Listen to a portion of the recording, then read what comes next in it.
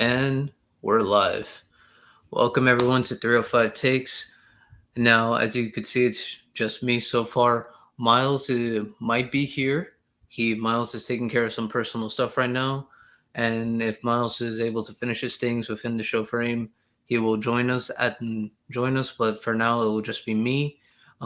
Just gonna do a quick little fantasy podcast because we really don't have that much to talk about. Yeah, there was some great games the other day.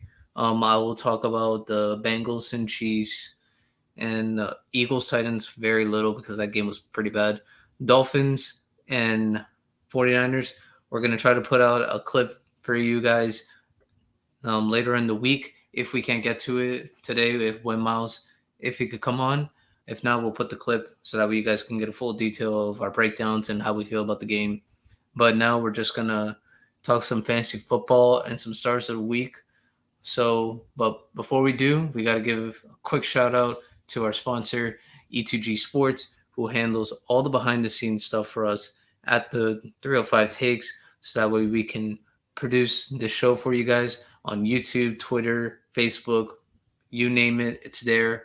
So let's get to it. We're going to start off with fantasy football update, and it kind of is that Miles is dealing with personal stuff right now, but his team they're crushing it. I mean, Miles won his week. He's now 9-4. He beat Peter, the other team that was 8-4, tied for essentially the one seed. Now that one seed goes to Miles. So credit to Miles. He did great on that one. He scored 150 this week. I mean, his team was just it was really carried by a couple of players because he had Joe Burrow 30 points. Pacheco had 16. It was solid. Tyreek Hill 29, Tyler Lockett 27, and then Christian Watson 24.4.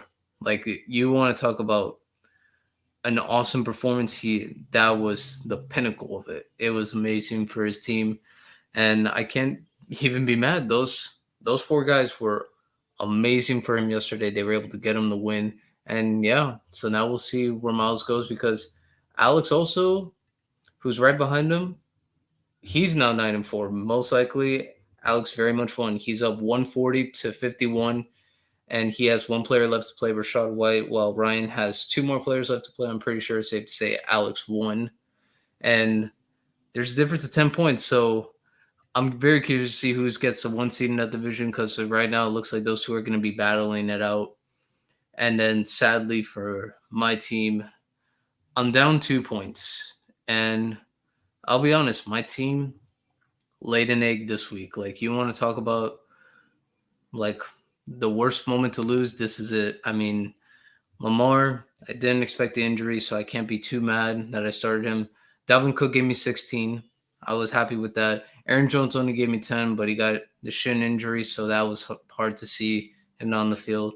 Justin Jefferson, he had the day in terms of points, but just not the day in the actual game. He only got 18 points that day, which for any other receiver, it's great. That's awesome. 18 points. And I had AJ Brown, 31 points. That's amazing. It's great. But then this is where it kind of just goes bad. Schultz, 5 points. I have Chris Godwin tonight, so I'll see how that goes. The Falcons gave me -1. I did not think Pittsburgh's defense was going to score at all in this game. I thought Atlanta was probably going to just cruise to a victory with ease, but that just simply didn't happen. Then I got Justin Tucker, only 4 points. That was just a bad game of football. And then I had the punter from the Rams, and surprisingly, the Rams decided to score that day. So yeah, it's definitely not great. It's not great, and I'm going up against Edwin, who has Dak Prescott, who gave him 16. Derrick Henry only gave him 5. I was very happy that Henry wasn't the reason I lost. But then he had CeeDee Lamb, who got 20 points. Gerald Everett got him 13. The Cowboys defense got him 19 points. That was amazing. Jason Myers, kicker for the Seahawks, gave him 10. And Tress Way, the punter for the Washington Commanders, got him 9 points. So he's doing great. And tonight he has Alvin Kamara, Mike Evans, and Chris Olave. And I have Chris Godwin. So he's up by 2. It's very, very difficult for me to win. I don't expect to win. I'm expecting Edwin to beat me, so he'll go 4-9. I'll be 7-6, and I would have to basically fight it out next week in order to win. So, hey, I'll see where it goes. And we got some other close matchups. Nick and Don was probably the closest matchup, I think, of the week, where the score is 143 to 137, and Nick ended up winning. That was, man, I did not expect that to happen. I really didn't. That was close, very close. To If the Cowboys would have gave Zeke a little bit more touches, I do think Dom would have ended up winning. But I mean, you can't be too mad. That's tough for Dom. And then another close matchup that's gonna come down tonight is JP and Moises. Moises is up 141 to 134, and there's only one player left to play, and it's on JP's team, and that's the punter for New Orleans, Blake Gilkin. I hope I didn't mispronounce his name, but he is going to be playing tonight, and if he gets, it's gonna be 7 points. He wins. So it's something to watch because I really feel like he can do it. But that's definitely what fantasy has been up to. And man, I am just nervous at this point because man, fantasy playoffs are right around the corner, and this was really the week to win if I were to win. But man, it hurts. It hurts because I mean to be 7-6 going into the last week of the season, fighting for one playoff spot. No, it's 16 playoffs, 6 teams, top 2 seeds get a bye, and right now I think it would still be. Well, actually, no. If Nick won, he'll be tied with Peter. So I don't know if Nick will take the 1 seed from him, and he will get the bye. So I'm very curious now to see what happens. I mean, we'll all see tomorrow once the games of Monday night end, and then how the points go calculated with everything. So we'll definitely see from that point forward. And now I'm gonna check some stuff out for you guys because now I gotta go real quick into stars of the week. Man, stars of the week. And I do say I have quite a few stars for this. So as we know, yesterday was a good day of football. A lot of good games, but we had a lot of great performances out there. And I'm going to list you guys my stars of the week. Devontae Adams, Amon-Ra St. Brown, Jalen Hurts, A.J. Brown, Joe Burrow, and I'm going to give the Cleveland Browns defense and special teams a star. Because for anyone in fantasy, all those players that I just mentioned and team scored 30 points. I mean, that's amazing in fantasy. It's just let alone if you had one, that's awesome. But if you had two or more, unbelievable. I'm pretty sure you won the week. Like you crushed it. Because man, to have that amount of firepower, unbelievable, unbelievable. So first, Devontae Adams he was absolutely amazing. I mean, he had 8 catches, 177 yards, 2 touchdowns on 12 targets. Awesome. Amon-Ra St. Brown didn't have the craziest amount of yards. He didn't have the craziest, but he had 11 catches for 114, 2 touchdowns, and he had one rushing attempt for 2 yards. So not that much in terms of that, but in receiving, he was consistent. He was catching the ball. He got a couple of touchdowns, one early, one late from Matthew Stafford. So that was great for him in terms of being a star of the week in fantasy. Now we got Jalen Hurts. Jalen Hurts he was unbelievable yesterday. And him and A.J. Brown, they were awesome. Each of them got 30 points in fantasy, and that kind of just was the story of the day. I mean, the Eagles, they just demolished the Titans. Like, demolished them. It wasn't even close. I mean, to pick them apart, the Titans offense, they couldn't do anything.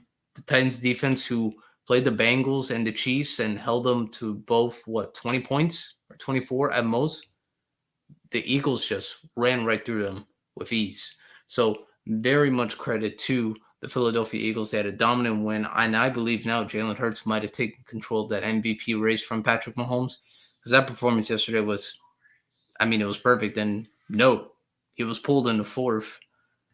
He was pulled to start the fourth quarter, and I think Jalen Hurts' final numbers were 29 to 39, 380 yards, 3 touchdowns. He had 5 carries for 12 yards and 1 touchdown.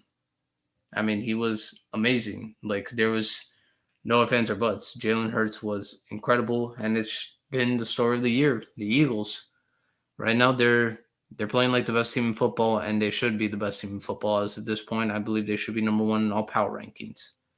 And now to go into the Nets game, that kind of hurts me a bit, and mainly talking about the star Joe Burrow. Joe Burrow got 30 points in fantasy for Myles, and I'm pretty sure Myles would love to talk more about it. That Joe Burrow was 25 of 31, had 286 yards, 2 touchdowns. He had 11 carries for 46 yards and a touchdown, which is not something we could say from Joe Burrow, but it was the day of the running game for the Bengals because the Bengals beat the Chiefs again. And right now it looks like the Bengals somewhat own the Chiefs. People like to call it a rivalry. Me personally, I don't want to call something a rivalry unless both sides have won, which the Chiefs have not. So I'm not saying it's a rivalry. I'm just saying to me it's not a rivalry yet. I would like to see the Chiefs win a game when Joe Burrow is on the other side and it's not Patrick Mahomes against someone else because the game was close for the majority of the time and the Chiefs did have like good momentum going. But once it came down to making necessary plays, the Bengals just did it. They forced a fumble on Travis Kelce. They were able to get stops when they needed it. And then when it came down in critical moments to get that first down, the Bengals did it. They did that. They did exactly what they needed to do in order to beat the Chiefs.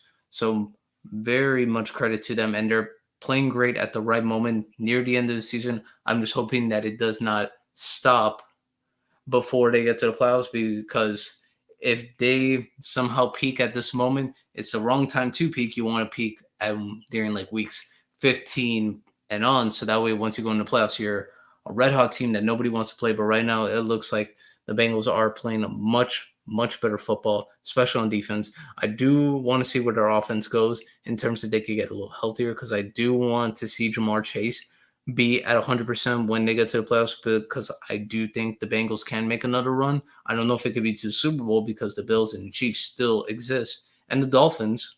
So I would like to see where that goes in terms of the Bengals. But hey, he got 30 points. It helped Myles a lot. And I don't even think Myles needed it because for Pete's sake, I mean, he just had a very, very bad week from his team. But man, those were some of the stars. And then to get to my last star, the Cleveland Browns. Man, albeit against the Texans, they got 31 points. I mean, they got what in total 3 touchdowns that weren't offense. They got 3 touchdowns, 2 picks, 2 fumble recoveries. They didn't have a sack, and they only allowed 12 points.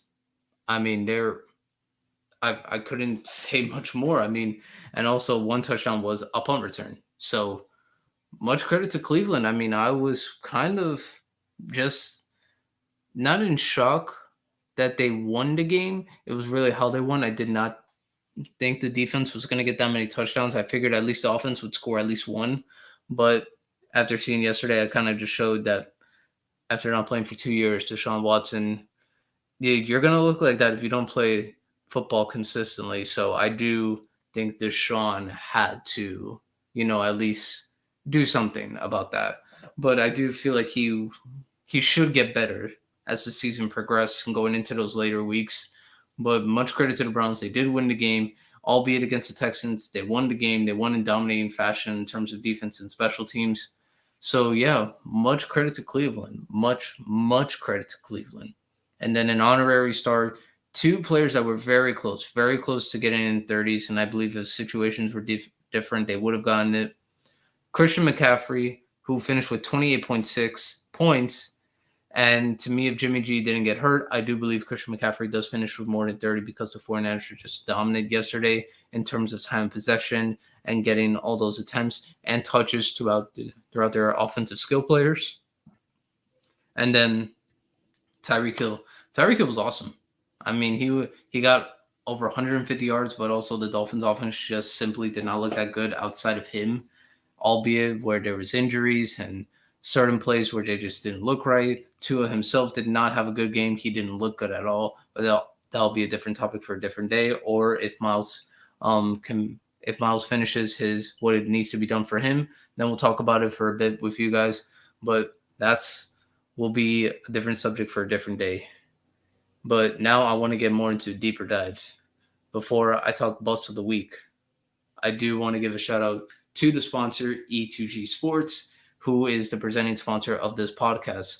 Without their help, me and Myles would not be able to put on this show for you guys on YouTube, Twitter, LinkedIn, Facebook, you name it, any platform, it's going to be there. And if you guys want to catch your latest news on sports, NFL, NBA, MLB, you name it, it's on E2G Sports. You could check out their sports e2g.com and you could look up, read some of their stories, listen to the podcast, or if you want to visually view the podcast, go to their YouTube channel, type E2G Sports. You can find us, First Formation, Patriots Place. A lot of podcasts and teams here do represent the Patriots in terms of that's the team that they want to talk about the most. This company is based out of Boston, but me and Myles are in Miami working for them. So we are doing some great stuff for Miami. And who knows, maybe some Patriots fans want to, read more about the Patriots in terms of what they're doing. But I don't know. It's been a tough season for you guys. But now let's get back to the show. And I'm going to do the bust of the week. Man, I don't want to say it's a bust because it's there. But man, do I have to say it, Debo. I'm going to have to say Debo Samuel was kind of a bust just for the simple fact he only got 12 points. That's pretty bad. Another one, a lot of the people that I'm going to name in busts of the week simply was just injuries or just certain circumstances. Unless that last drive, Debo does not get those 12 points. He doesn't get those 12 points. Jalen Waddle, he had 1.9. That was a bad game for him. The Falcons defense, -1. That was bad. Jeff Wilson Jr., he got 0.3.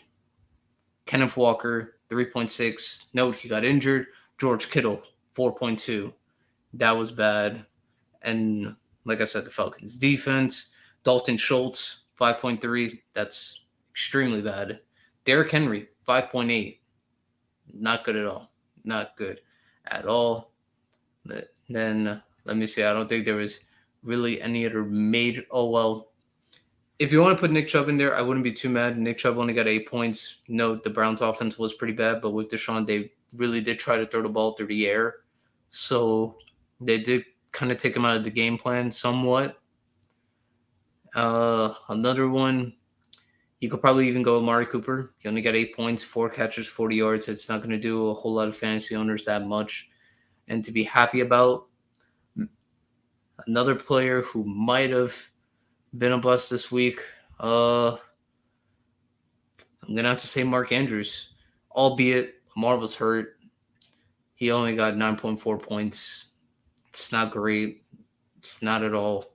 It really hurt. And yeah, I mean, outside of that, I feel like those are probably the busts of the week.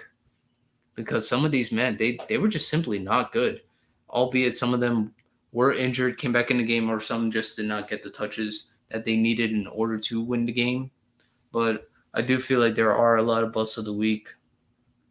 If you want to talk on certain, if you have teams that are way over, like over 10 men, like 12, 14, 16, you name it, depending on what it is for that, that's definitely there. And another bus, I'm trying to think of another bus for you guys. I could probably go Isaiah McKenzie. I feel like some owners have Isaiah McKenzie. He only got 9.4. DeAndre Carter, he only got 2.4 when he's been kind of lighting up for receivers this week. He didn't do that great of a job. Gesicki, Mike Gesicki, he finished with nothing. He was a donut. So any owner, Mike Gesicki owners, you got a donut out of him. I don't know what you could do with that. But man, that's pretty bad. And yeah, outside of that, I mean, because we still have Tampa and New Orleans tonight.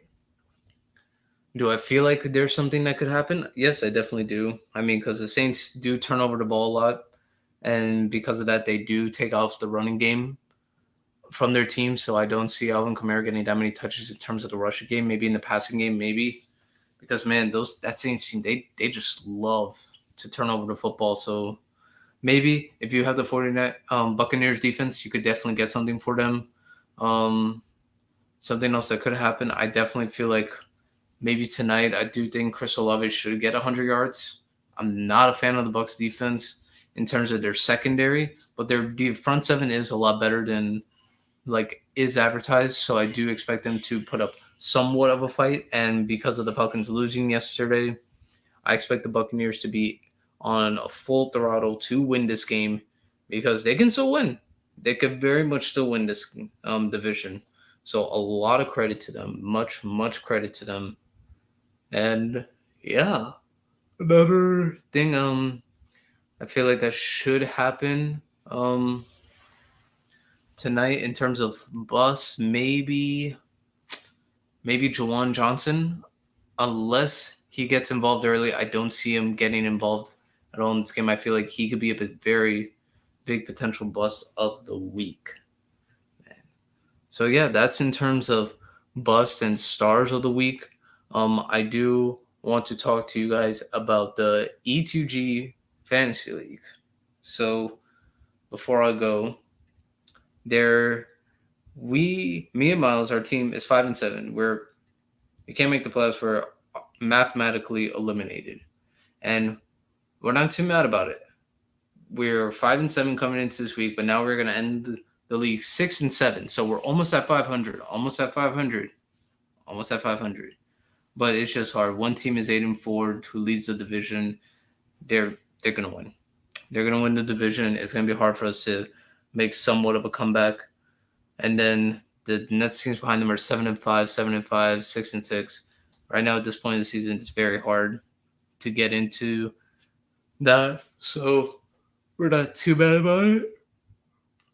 But we are projected to finish 11th in this. So we are very happy about that because our goal was not to finish in last place. And if we don't finish in last, that is a big W for me and Myles. Because we're like, all right, we don't know any of their fantasy styles. Plus the draft, we really tried to go, okay, these are the players we want. We got to get a Florida team.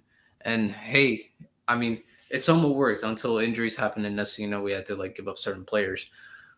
But yeah, I mean, I feel like we have a good team, but man, 16 players. For anyone who does a 16-man league, credit to you because that is a lot of work, waiver wire work, trades. I don't even know how you can manufacture trades if I'm being honest with you, unless you have someone who scores 30 or 20 a week. You got to find some way to score because man, it is hard. That is hard. I can see a 10-man league where you could get a very good team, but 12 people, I feel like it's a lot more even, where you could get a lot of solid teams out there. But that was the E2G league, and then now I'm just gonna give you guys some random thoughts on it in terms of this past football weekend. I definitely was happy to see that certain players did not sustain a bigger injury. Outside of that, Lamar, his injury is not season ending, so thankfully for that, knocking on wood for Lamar. Bad news on the other side of Jimmy G, broken foot out for the year, and that kind of ruined my bet on the 49ers making the Super Bowl. I thought they had the best chance out of all teams in the NFC. I like them more compared to the Eagles in just in terms of matchups. I felt like the Eagles, they do not match up well with the 49ers. That was just my personal preference on it. So that's why I was really disappointed to see the news that Jimmy G faltered. So even in terms of fantasy wise, outside of McCaffrey, I would stay away from 49ers players. George Kittle, I bench him. Debo, maybe bench him. Ayuk, I would probably bench Ayuk because these next couple of weeks, you need guys who are gonna get competent quarterback play. So try to aim for some guys like DJ Chark, who's with the Lions. The Lions have been playing some very good football, very good football. So I feel like you can get production at DJ Chark, Kenyon Drake. If Lamar is not there, Tyler Huntley, I feel like they're going to run the ball a lot more. So maybe getting a Kenyon Drake might help. Demarcus Robinson, maybe, depending on how his connection is with Tyler Huntley.